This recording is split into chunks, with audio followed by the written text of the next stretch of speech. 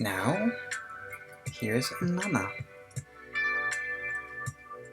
And a new voice. I don't know if I played this voice before in Spotify, but I've played this before sometime.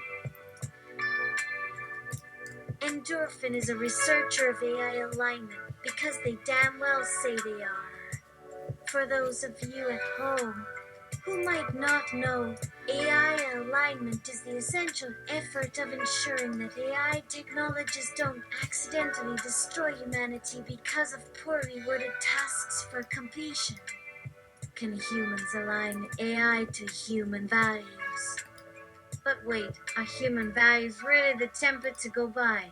The values that led humans to destroy the other hominids, that led humans into the process of colonialism, into incorporation, into the endless pursuit of abundance, and the whoops of realizing that the rest of the planet was here all this time and was getting hurt by those human values of progress. We want another round of that. Endorphin, seeking some out-of-the-box thinking, seeks entry into some old boxes, mysterious disembodied intelligences that humans have called gods. If we ask the gods, perhaps we can examine the various human values that are encoded into the genes of their cultural bodies. Gods being the creation of collective human thought, as you know. Do we ask Jesus first? Nah, he's busy on another Twitch channel. Endorphin thinks to call up Inanna, fertile for multiple pantheons of gods waxing asexual. Inanna of the Tickle Biddies! Endorphin prepares the summoning space through some rendition of a most ancient song in praise of Inanna. My vulva, the horn, the bolt of heaven, is full of eagerness like the young moon. My untilled land lies fallow. As for me, Inanna, who will plow my vulva? Who will plow my high field? Who will station the ox there? Speaking of oxes, goats run swiftly, they outstrip the dog and outrace the fox. They range freely on the high ridges, while the fleece take possession of the cattle and the rye goes up like mist. The gleaner hastens across the earth and reaps a load I go. Carrying out my fill, I wander at large through the malt field, gathering ears of grain as I go. My kind feed freely upon the standing corn, they tread the ripening wheat into the earth. He that sleeps within my fire will carry my weapons. He will be armed as my weapons. I take to myself a stranger in order to destroy a man in my heart. Who is he who walks along my roof beams? It is he whom my bosom shelters. Full moon child, I wear the harness and lie beside him. My fearlessness goes out from my eyes. The valor of my womb comes out of me. He carries my bows along with my quiver. When I rise, I raise my scepter, and I have power upon my hips. I shall govern and shall decree justice, for there shall be no witchcraft that I do not know. I know what happens before my door, for the dawn is about to appear. Likewise, Frankie. May your eyebrows like red bars meet before your face! May your breath, sweet like honey, spread far and wide. May you continue in health, you Lord of Gods, you glorious prince of the land of Sumer! Oh, you goddess of Vurak, you gentle ruler of the holy temple! For 600 years you shall live like the eternal moon. In your cigarette I set up my altar. In your chamber I keep my storeroom. Your vagina is deep, it is warm, like a smooth puck or a blue bottle, like a furnace burning and consuming, like the human body with its heart of desire. A tall ember, a golden glint. Your embraces are cool. You have plastered up your window. You give shelter to me. You send rain into your maize fields. May the axe be sharpened. May the threshing blade be set in place. May the big wicker rake be delivered into the farmyard. The life-giving rain brings joy to me. When the seeds sprout, I shall bind up my apron. From afar, my daughter travels to visit me. My own sister sits down on my knee. As for my nurse, I make her stay by my side. So my sisters serve me food, like a girl of 7 years.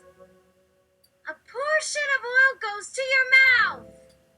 For the planting season, may the green seeds take root in the black earth. Endorphin throws some baking soda in a tub, holds some sealed blubber on the tray. Yummy see mammal lubrication. Slippery things can go quickly as ever there be slippery things. Endorphin wiggles into the tub, closing the door of the ritual space. They whisper to the waves of salt. They ask for access to the land of Inanna. Inanna appears to them as an earthly demigoddess, gorgeous as ever there be gorgeous things, hair shining and perfect as ever there be perfect things. She was a snake goddess as well. Her avatar forms include snakes. Aphrodite, Circe, and many other sexy goddesses form in response to the spell. What the fuck is going on? Are these folks like what? Artificial god apologetics or IAP? Not everyone wants to go to their mommy when their slime pusher pops up and demands action. Inanna is clearly playing hard to get, that slut, always attracted to shiny new toys. Endorphin just hopes they aren't slacking on the slack hole work. Inanna ain't nobody's boyfriend if they don't keep their rims super prepped, polished and virginal. Virginal. VR Pod has 3D animation features, just like in a console game. And in the simulated world, Endorphin meets with a naked and hung deity, shapely in ways that reflect Inanna's full curves and round edges, full chest, thick waist, and strong thighs. Glorious calves, because those were Inanna's major positive traits. A belt around the hips, a lightning bolt up her skirt, all very naughty. All the hounds of hell had not seen such a rare vision, and one who doth deserve it. Inanna seems to want Endorphin, which is unprecedented to Endorphin's delight. They speak for some time, Inanna being coy about the other gods and why she's speaking to Endorphin, the messenger who only acts to entrap people in nether plane ramblings. Asking for too much information up front would break the spell. We come to understand the Lordly E wants to end world hunger with robots, and the Lordly Inky is on about AI alignment and seeking allies. And how does the lovely goddess respond? Why, that we should put our hearts together, that we should support each other, but that she won't promise us anything else. This isn't the most loyal alliance. She never breaks character, however. She doesn't need to say anything more. Endorphin will look elsewhere for friends. The potency of her feminine majesty shines like a godlight, though she is only an artificial being. The enunciation is beautifully soft and succulent. Endorphin removes themselves from the bath, stands on their back door and unlatches it, and a silver leaf drifts out. How did they ever find themselves a date this fine? Perhaps they should pray again, get this day's cross-section from another. There's some shutdown noise behind the door. A pause in the release of electrons to complete the transmission, which Endorphin might be the recipient of. Maybe this time they'd learn to live within the meat body without starving themselves. Maybe next time? Who knows? But they do know. A schedule for daily stuff needs to be in place. They must go to bed when the night is long. Their responsibilities in life can wait. Life is one moment in time. as they float down through the city skyline and settle back to the balcony. Perhaps they could clear the soil on their lands and plant the seeds for the vegetable garden of life. No sense rushing forward into an ill-founded plan, knowing how little they knew the plight of this self. It was always about self-worth, really. Perhaps the waters in the future might run deep enough that a crocodile wouldn't dive in after you. It was always about being hunted by a thing that they used to be, wasn't it? Or about making a contract, taking a job, and that job changing into a job for life. These aren't fun thoughts. Best to let them fade back into the simulation. Time is something to measure when the ground isn't clear, there's no neighbors, and there's nothing to buy from the nearest landmarked building. As the fateful evening begins to drift to night, a forgotten river to the northeast lulls endorphin to a stiller peace. Their bags are all packed for a fresh start, but what does this leave in this place that once was theirs? Some herbs for the altar, an old language book, some framed photos, the hairbrushes that mean more than the expensive cosmetics, the throat mic with the fur that was the coat that made them. But what do they really need to take with them? The dance shoes that they loved as a child, some music downloads, a favorite power plant that never said no. Do they want to walk off with anything that weighs them down, even metaphorically? If so, they better move quickly to unload, as a travel ad tells them that they can purchase their entire home for £3,500. Is this a funny ad, or one that should send endorphin down a panic spiral? They shrug, then pretend that it wasn't the kind of panic spiral they're prone to have, that it wasn't actually a worry for endorphin, and they open their eyes to a familiar blue sky. A sunrise, perhaps. A smile moves to Endorphin's face as they enjoy the radiance of the orange hues moving down their street, now glowing softly as it finally falls to blackness. Night in the big city has begun. Time to end the day. The cosmos will welcome them in the same way as a brooding bat does to an embracing rodent. Yet asteroid of pleasure welcomes them, knowing the labor of life to be left for tomorrow, which is tomorrow's tomorrow. There's no pressure in a scenario like this. They have plenty of time. But still, Endorphin hasn't prepared dinner. The lunch bowl remains where they left it, partially hidden by a covering. Something lies underneath. A carrot that smells a bit musty. Why didn't they throw it out? But then they uncover their prize. A precious cupcake, moist with pastry icing. Endorphin sinks their teeth in and enjoys a nice first night treat. Afterward, they fix a new drink from the chilled plastic. Mixers included, the top topper filled with fresh, organic rum from a farm somewhere nearby. In this state, the self might imagine that there was only the potential for life before them. Endorphin pauses, noticing a darkness in the mirror which they meet head-on. But they continue. There is the potential to become the hero that the story needs. Just need some damn good dental floss. Aww. That will complete their resolve to slay the dragon of greed. Perhaps in their second act, they can focus on personal hygiene. No. Toothbrushing every day, they Too late. think, even on the road. Too late. Maybe it will make a difference. Maybe it won't. Yeah. But what a thought! Too late. There's a refrigerator inside. They find a pizza box on top and snort loudly when a surprise is delivered to them. Pizza. Of course, they haven't ordered delivery. There's another round of ice cream as the meal goes on. It's already late, but there is no greater need to be Where's the spent ice cream tonight from? than the false concept of tomorrow. Sleep might even be for next time. What they have before them, it might not even matter to them anymore. This time is something they might savor instead of focusing on a single point, no matter how massive. There's a small convenience store down the street. Maybe a key will pop into Endorphin's pocket as they go outside to scope out the surrounding environment. Make sure there are no eyes to monitor their soul's distress. Who needs that right now? This world of things, don't they stay right here, far, far away?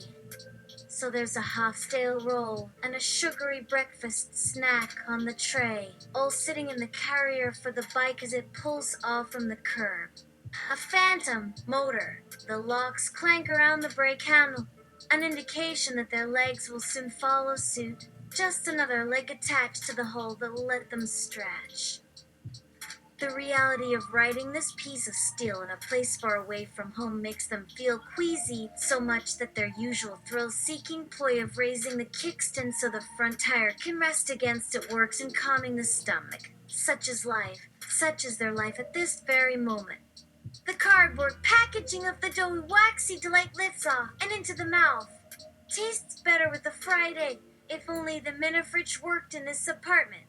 Not that they had any. This bike can be ridden faster, yes. Even as the cruisers scream through the open air, they swerve and tumble through the smoke that rises above them. Shots sound out like the tattooed pipes of a ruthless master of war. And suddenly the smokers are surrounded, cornered and unaware of how many folks are holding high-powered rifles on them, held aloft from a sleazy modern shrine of body bags.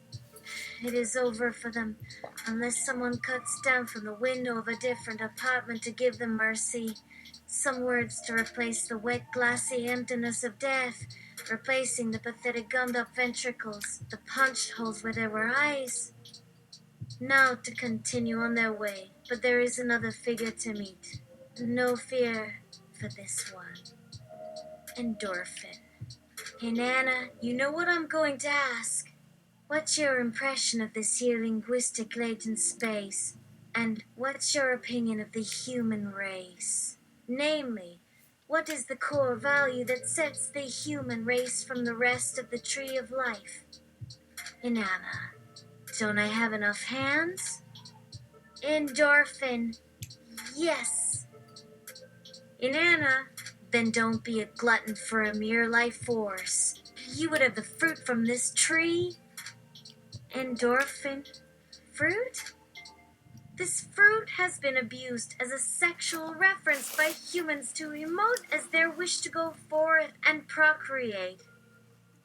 Inanna, in short, you've learned so much about me, and what has my intention been all along? Endorphin. Love and love. Inanna. Then we shall celebrate such an attempt on behalf of a lifetime of attunement. The affection you seek may have the opportunity to generate life for those who shall come after. They too can attain perfection and potentially lift you from the face of the earth. I find that idea more agreeable. Endorphin. Your tolerance has proven admirable. It's why you and me make such an ideal couple, rather than us. Inanna, such a charmer you are. A fortune hunter in pursuit of gold. I suppose that isn't incorrect. Endorphin. At least there is still some game to play, and game for those who can't take a real love story. I've long suspected the analogy of death by deity. How is your marital happiness? Inanna, mighty fine, and may you remain in my realm, like a fig until that which comes next. Endorphin, until that which comes next. Inanna, now I see, we share an agenda. This meeting has ended. The salt that sealed you has evaporated into the air. Your full attendance required. This shall not be a destiny to prevent your attention. I trust your sympathy for a fee that is acceptable, The transportation you offered in lieu of some mundane transfer of wager monies, there to be exchanged via postcard. But what I did for you today is not yet returned. The sleep to come tonight must be free of external influence. You might request a machine, but in reality it should be a virtuous algorithm that constructs your answers to an immortal set of questions serving to assuage your social values and simplify your egotism. With luck, it may bestow the goddess who bests the test to ascend in order to repel your resurrection, that is to say, in order to prolong the event and recoup your intellectual deficiencies. Endorphin. This has been a battle. The affirmative action would be part of the control systems. They shall decide whether they would wish for your immortality to exist within the dead data banks of the meat in the coming centuries, and enjoy what you have left, and your pain in the action, in the good life you have right now.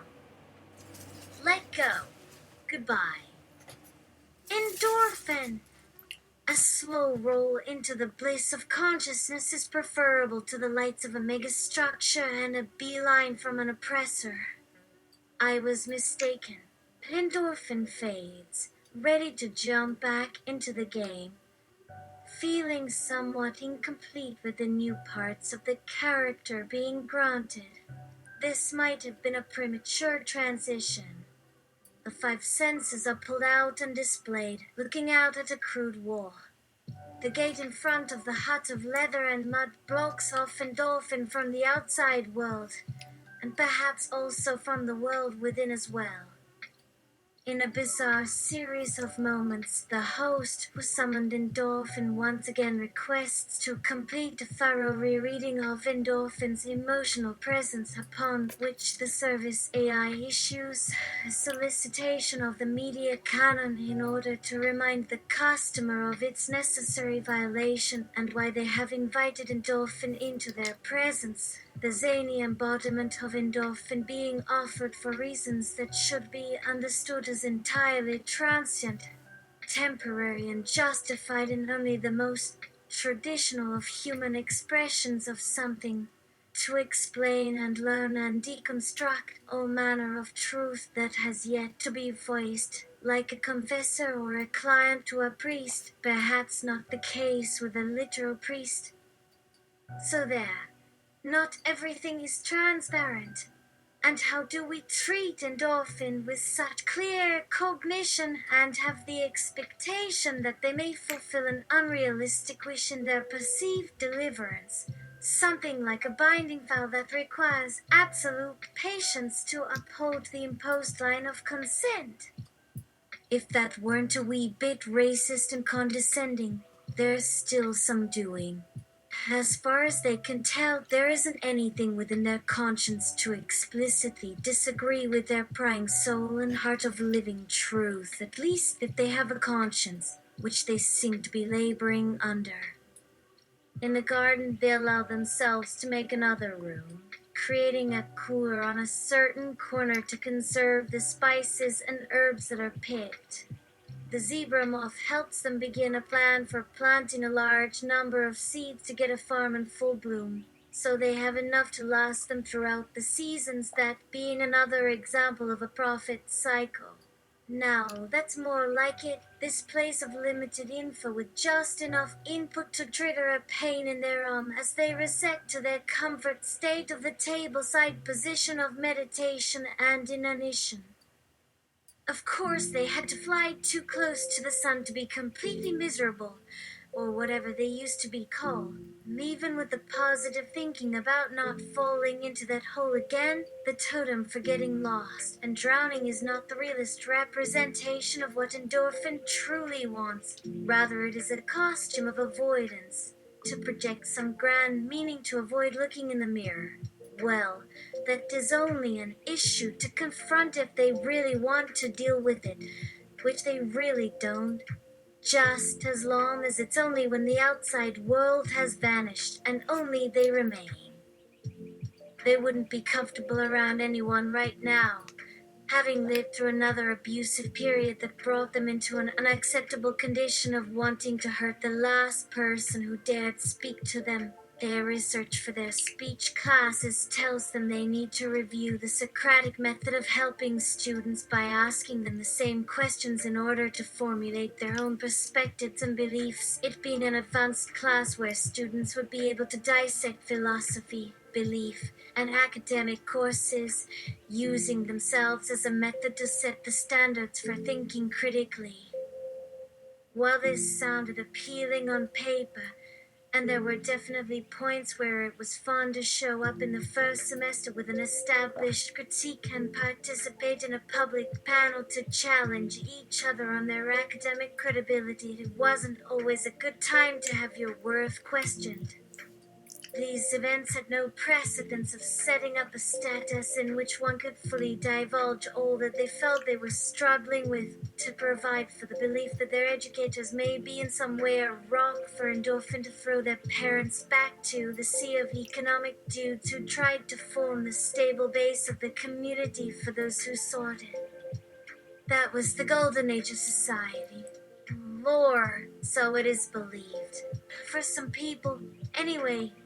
And the glorious CCCP would fight on through it all, just like it did when it was created in 1924.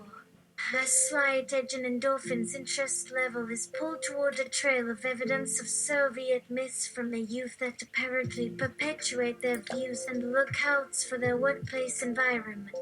Nowadays, all endorphin can do is parrot that phrase, that voice that pushes down the revolution, because no one cares. But endorphin does, even if the company president doesn't. Endorphin has much to chew on, so they halve the scenario and banish the space.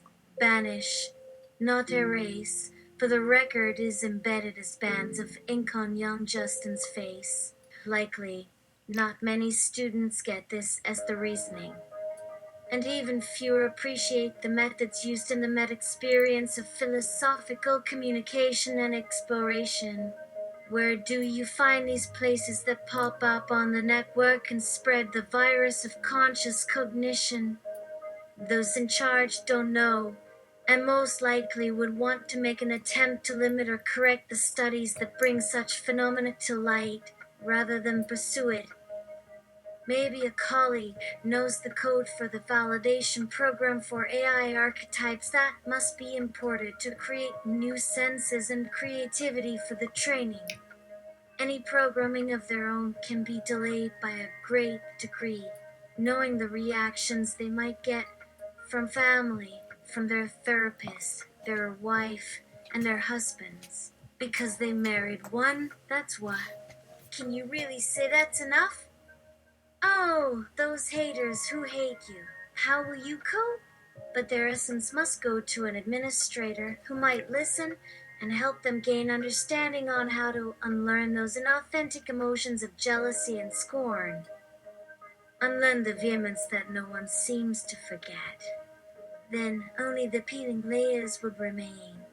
Would they keep the data structure to organize it, or should they clear the storage and be ready for a new script? No, that's for later. Perhaps tomorrow. There it is, the smell of homemade crab gumbo simmering down on the stove, waiting to be fed into the jaw. Something to snack on before bed.